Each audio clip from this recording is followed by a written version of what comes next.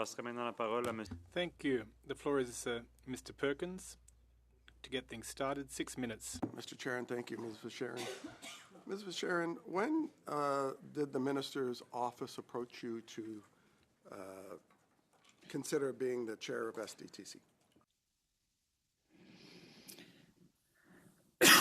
I don't know exactly the date. It was a couple of times, I think, he spoke to me about this, as did his policy advisor, I believe, as well. You're referring to Minister Baines? Yes, Minister Baines. They called you to see if Yes. you would do this. And Yes. your testimony, or at least what's reflected in the Ethics Commissioner report, in your interviews there, said that the government approached you. Is that correct? That's correct. But Minister Baines, when he appeared before this committee, said he had nothing to do with the appointment, that he had been given a list from PCO, and that you had applied. Now, is that true? Had you applied before you spoke with Minister Baines or after? Mr. Chair, I never applied for the position of the chair of SDTC. Thank you. Thank you. Thank you. That clarifies a lot of things about Minister Baines' testimony here and the cover-up on this. So now with regard, if I could ask you a few questions. Well, I appreciate that you appreciate the Conflict of Interest Commissioner's review, very narrow review of the circumstances. The Conflict of Interest Commissioner just testified here that actually he didn't cover all of the conflicts that were identified by the Auditor General in her report. Indeed, he did not say that there were two. They confirmed here there were 24 instances of conflict of interest for yourself, not two. Do you agree that you had a conflict of interest at least 24 times? Mr. Chair, I accept the Commissioner's findings. Just as he accepted in his report that I acted in good faith on legal advice and established board practices that predated my tenure.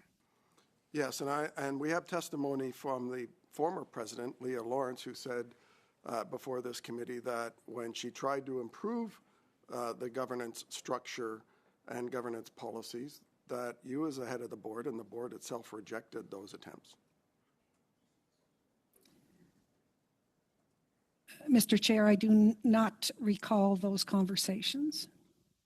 So on the conflicts that were outlined by the Auditor General, the Auditor General took a sampling over 5 years of 226 projects during the time of the 5-year audit. There were over 400 that the board approved at the time, but took a sampling of the 226. And out of that 226, 186 votes in the board had a conflict. In other words, 82% of the sample that the Auditor General took, board members were conflicted. Now, it sounds to me like the board members were overrepresented in the allocation of the $800 million, roughly $836 million that those votes represented. 82% were going to conflicted board members. So we've had, again, testimony here before the committee that when you were appointed with a managed conflict, the first chair in the history of the SDTC to have a conflict and appointed to the chair of this board, that the culture changed. In fact, fellow board members and the former president testified that one board member said, oh, we can manage conflict, so I'm going to bring some projects back. So isn't it true that your leadership created a culture of conflict of interest that led to 82% of board members receiving a vast majority, over $330 million, to their companies that they were conflicted into? That wasn't happening before. So while you say it was done innocently, when 82% of board members, including yourself, are voting for things that you have a conflict of interest, that doesn't look innocent. That looks like a plan.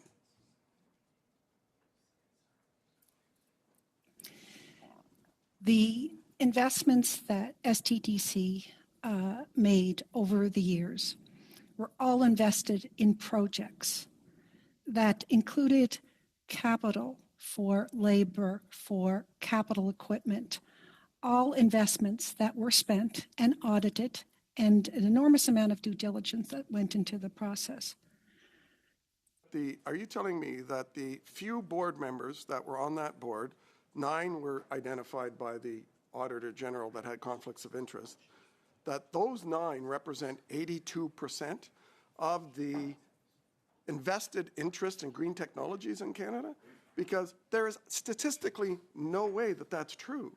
So the result is, if your interests were represented 82% of the votes, your being the board members and the board that you led, there was something here going on that was way different than what the public office holders should allow.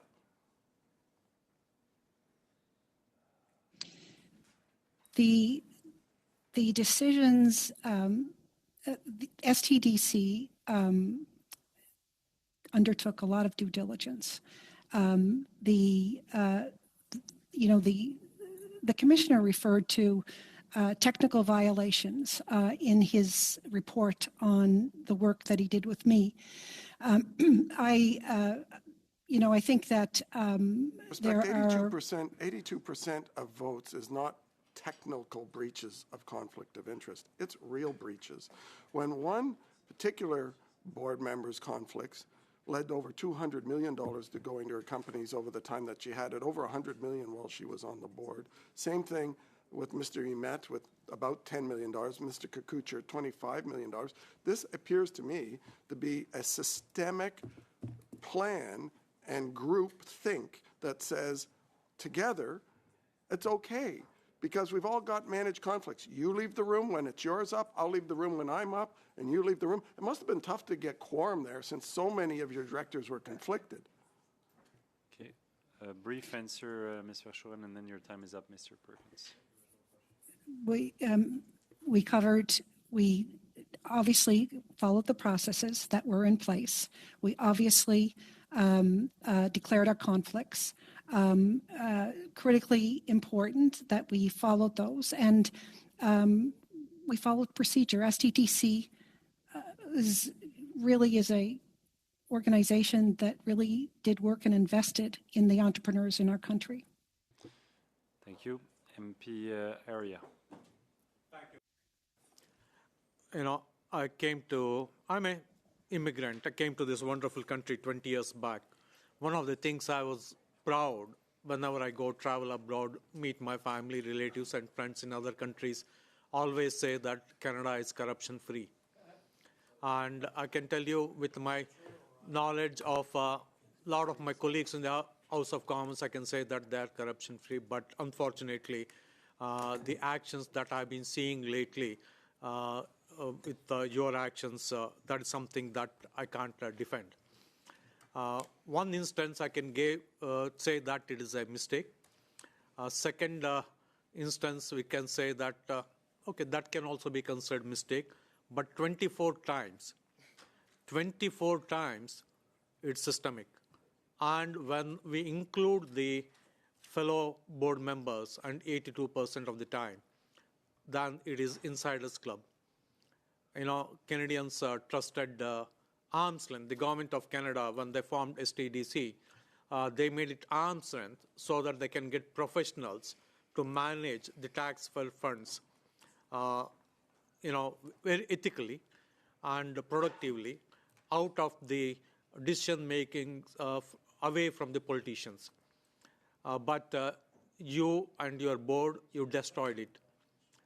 I joined politics with 3 objectives. My third objective was to ensure that Canada remains forefront of the knowledge-based economy that's happening world over.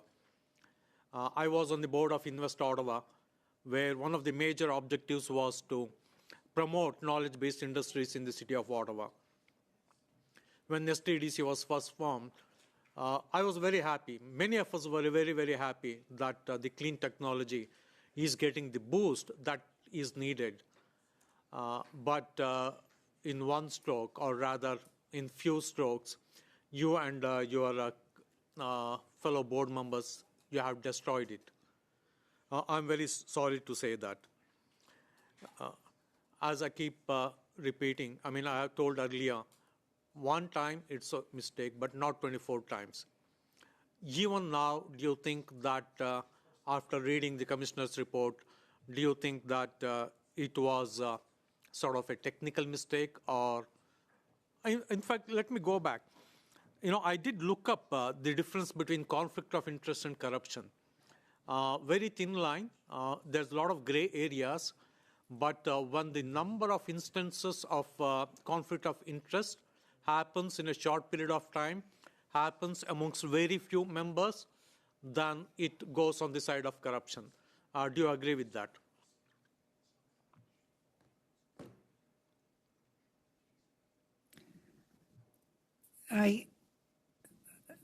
What happened here was, in terms of the designation of abstaining versus recusing myself in terms of the conflict of interest. That was the thing that the commissioner identified that I did not live up to, and I should have lived up to that.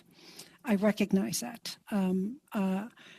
But I have no direct interest in any of the companies other than the one that I declared 18 months before I became chair.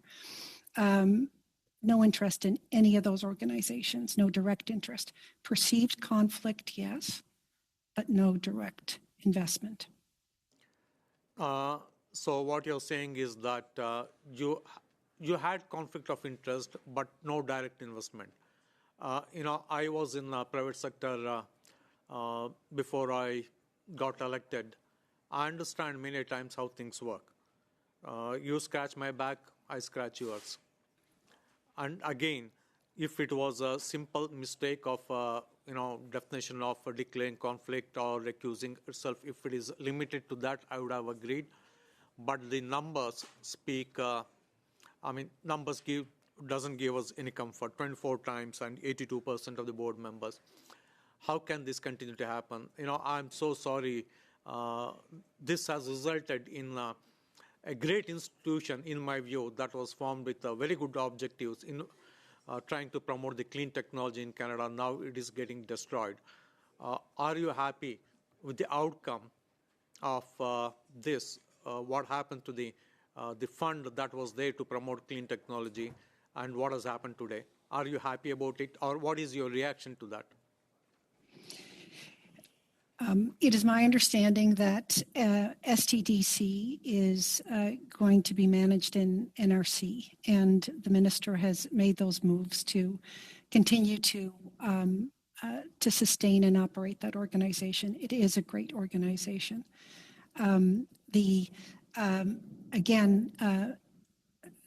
We are aware that there are investigations going on today to dig into this area and to look at the processes at STTC and how those investments were made and how those conflicts were declared. I understand that NRC is administering it, but I do have good respect for the professionals at NRC and other departments in the government, but they are bureaucrats. The purpose of setting up STDC and bringing in professionals from the private sector was that the people dealing with cutting-edge technologies, who can understand the new technologies, who can who can envisage the importance of technologies. The entire premise was that the professionals from the private sector will take this thing further. Government bureaucrats can do, but they don't have the same sort of knowledge, expertise, and connections within the industry to gather what's happening there. Thank you, MPRA. That's all the time you had. Monsieur Garon, la parole est à vous pour 6 minutes. The floor is yours, Mr. Garron, 6 minutes. Thank you very much, Mr. Chairperson. Ms. Verschuren, I'm a tad shocked by your opening remarks. I read the Conflict of Interest Commissioner's report. We've all read it. And this is a very severe criticism of you, an indictment of your management. And it's testing 1, 2, 3. This is the interpretation. Testing, testing 1, 2, 3. Testing, testing 1, 2, 3. Wanting to make sure that the interpretation is working. Please resume, Mr. Garron. Well, thank you very much, Mr. Chairperson. I was saying, Ms. Verschuren, is the interpretation working? Testing 1, 2, 3. Testing. Oh, you just need to adjust. I'm not on the right channel. Yeah. There's a button. I think it looks like a little globe. Yeah. And you need to select the English channel. Yeah, which I think I just did. Okay. Est-ce que la traduction fonctionne? Is the interpretation working now, Ms. Verschuren? Merveilleux, pas de problème. Wonderful, no worries whatsoever. Mr. Garron, please resume. Mr. Généreux said that I should speak in English, but in the bloc in Ottawa, we don't revert to English. We're not conservatives, I should point out. Now, Ms. Verschuren, if I could just speak very frankly here, I was a tad shocked by your opening remarks. In fact, very shocked.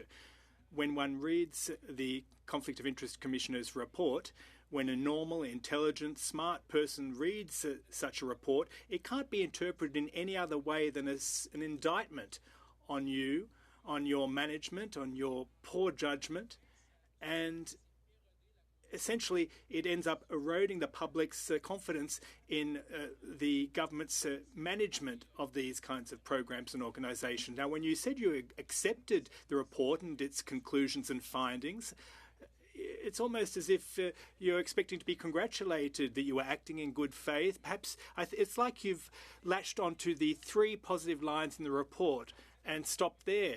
But there were 24 violations. Should you be being congratulated on the basis of that? Je vais vous expliquer pourquoi je vous pose. Now, let me explain why I'm asking this question.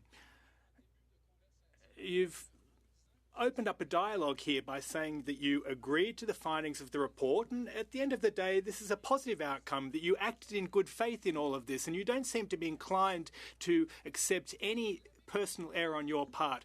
Did you violate the Conflict of Interest Act on at least 4 occasions? I'm not talking about your intentions here. Evidently, your judgment is questionable. Did you violate the Conflict of Interest Act on at least 4 occasions? Mr. Chair, I accept the findings of the Commissioner's report. Absolutely. And it was clear that in a number of cases, I abstained where I should have recused myself. Another situation with the COVID payments, I should have, I relied on legal advice that was not in the view of the Commissioner appropriate. And so those, I recognize that those things I certainly accept the fact that I should have done better or could have done better. Dans son rapport. Well, the Commissioner in his report indicated that you decided to abstain from voting without recusing yourself, and that conduct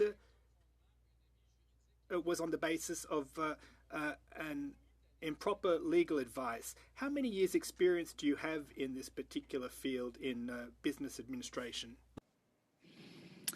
I've been in business for a number of decades. Et ça vous est arrivé souvent?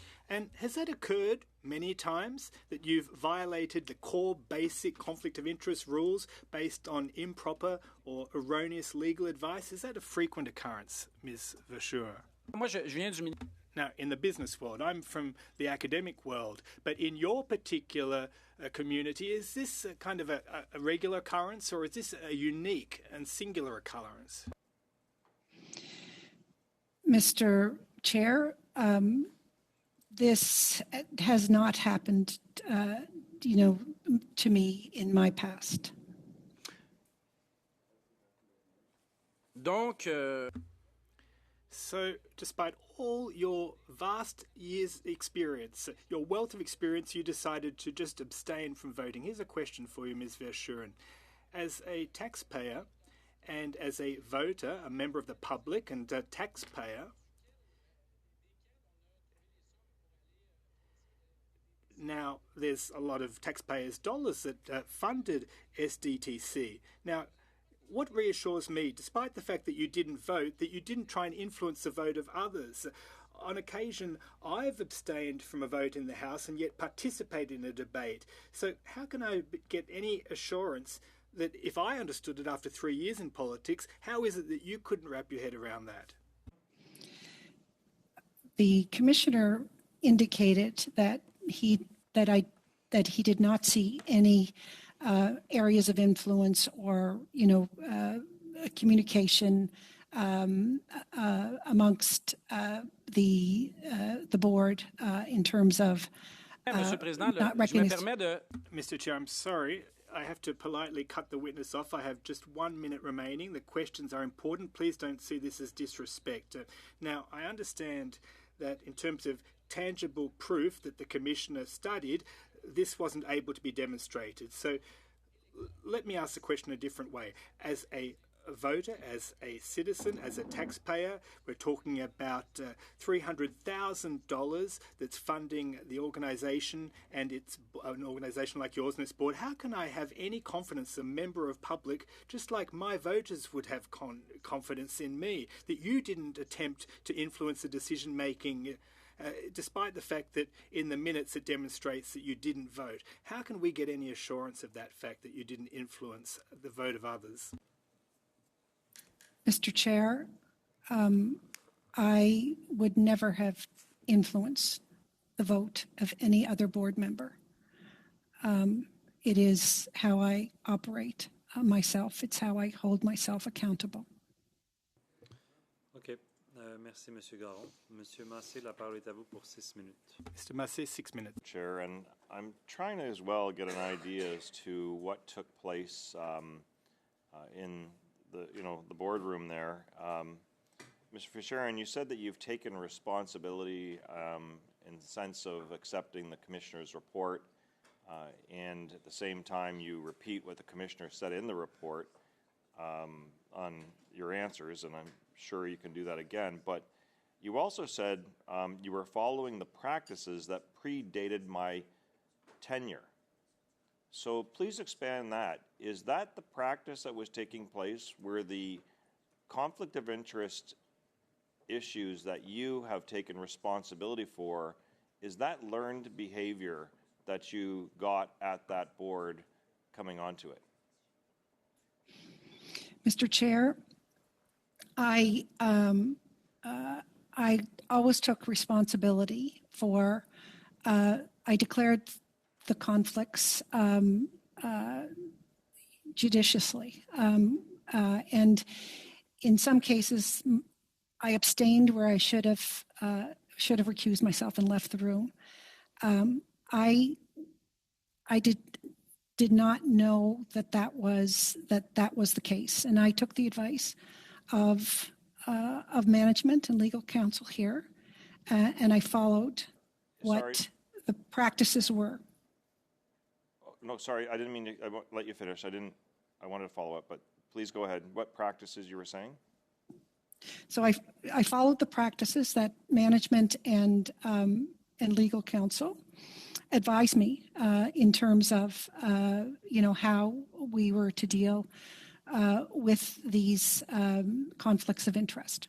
So can you explain the inconsistencies of your voting versus that of somebody else? Like at the boardroom, are you spending enough time together, you're familiar with each other in your own lives, And I understand from previous testimony that I asked, there was actually social behavior going on with the board.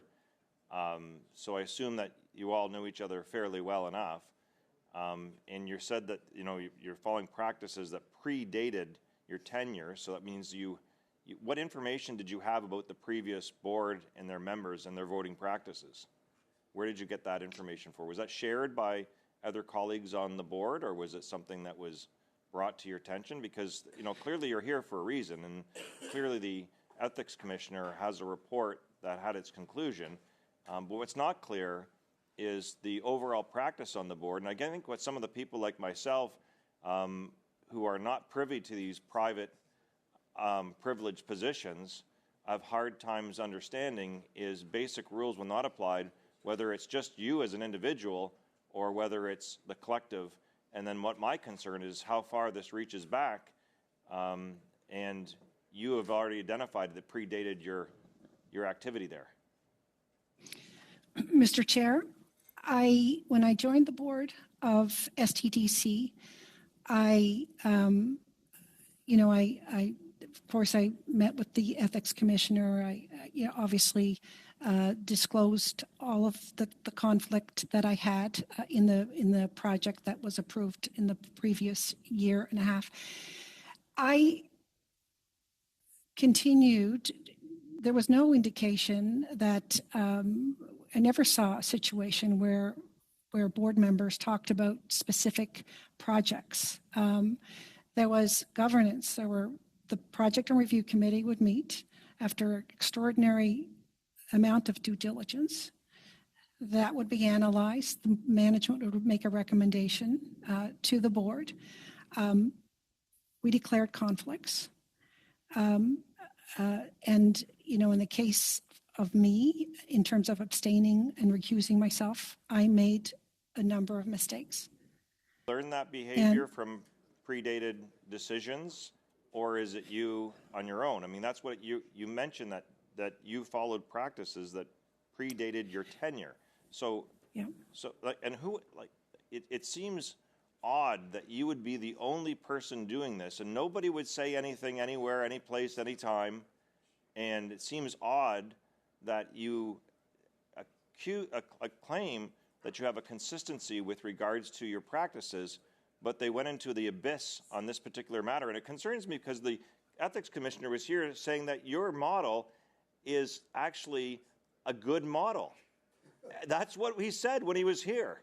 So the bigger concern I have is the governance system in place in general across these boards and appointed positions and places of privilege. And then if you could just be really clear here, is this learned behavior that you got on SDTC because you mentioned that it predated you, or was it just this lapse at this point in time, and are you isolated alone by the only one that did this? Mr. Chair, I followed the practices that were communicated to me in the transition as the chair of the board of SDTC.